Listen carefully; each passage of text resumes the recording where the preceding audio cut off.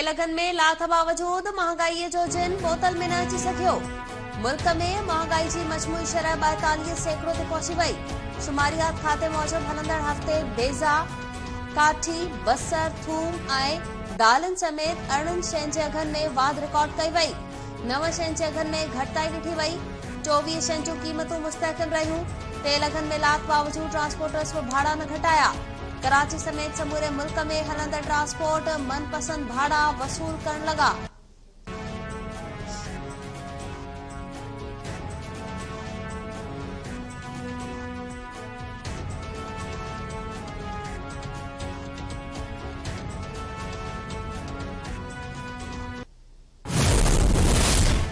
Election commission returning officer से फैसलों खिलाफ अपीलुनि ते ॿुधणीअ लाइ ट्रिब्यूनल्स काइम करे छॾिया। सिंध हाई कोर्ट जा 6 जजिस एपलेट ट्रिब्यूनल्स लाइ नामज़द। जस्टिस अरशद हुसैन, जस्टिस खादिम हुसैन तुनियो ऐं जस्टिस अदनान करीम कराची ऐं हैदराबाद जे उम्मीदवारनि जे अपीलुनि ते ॿुधणी कंदा। सखर में जस्टिस इरशाद अली ऐं जस्टिस ज़ुल्फ़िकार सांघी खे ट्रिब्यूनल जो जज मुक़रर कयो वियो। जस्टिस सलीम जैसर लाड़काणे में अपीलूं ॿुधणीअ लाइ मुक़रर कंदा।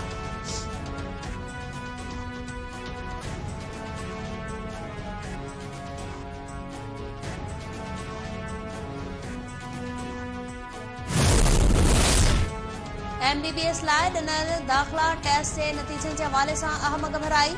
इस्लामाबाद हाई कोर्ट नवंबर 2022 वारो MTCAT रिज़ल्ट 2 सालनि लाइ मुनासिब करार ॾेई छॾियो। जस्टिस मियां गुलशन औरंगज़ेब फ़ैसिलो जारी करे छॾियो। अदालती फ़ैसिले मूजिब नवंबर 2022 जो MTCAT टेस्ट रिज़ल्ट नवंबर 2024 ताईं अमल जोॻो आहे। दरख़्वास्त गुज़ार जो ख़र्च बि PMDC खे भरण जी हिदायत।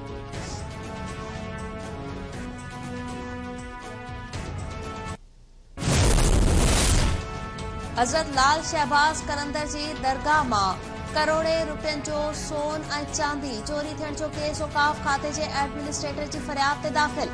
FIR में मैनेजर ज़ुबैर बलोच ऐं ख़ानगी माण्हू अली रज़ा गोपाल नामज़द कयो वियो। पुलिस जो चवणु आहे त केस दाख़िल थियण खां पोइ मैनेजर ज़ुबैर बलोच खे गिरफ़्तार कयो वियो आहे।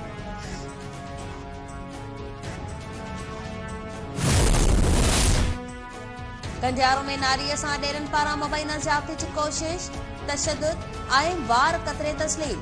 नारी रेखा ॾेरनि ऐं मुड़िस जे मुबैना ज़ुल्मनि ख़िलाफ़ थाणे ते पहुची वई। नारी जो चवणु आहे त मुड़िस अर्जुन मल मथस तशद्दुद कंदो आहे।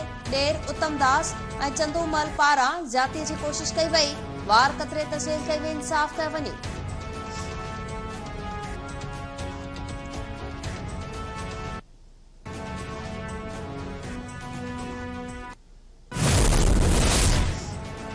लाहौर में 50 ॼणनि खे क़तल कंदड़ जवाबदार जुन्यूज में मुबैना मुक़ाबले में साथी समेत मारिजी वियो।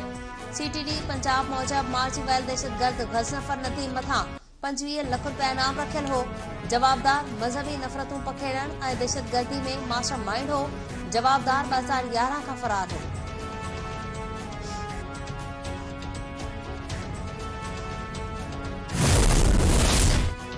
बिजली जे ब्रेकडाउन सबब दावेजी पंपिंग स्टेशन जी 72 इंच वारी मोखरी लाइन फाटी पई। पाइपलाइन फाटण सबब कराची जे केतिरनि इलाइक़नि खे पाणी जी फरहामी मुअतल।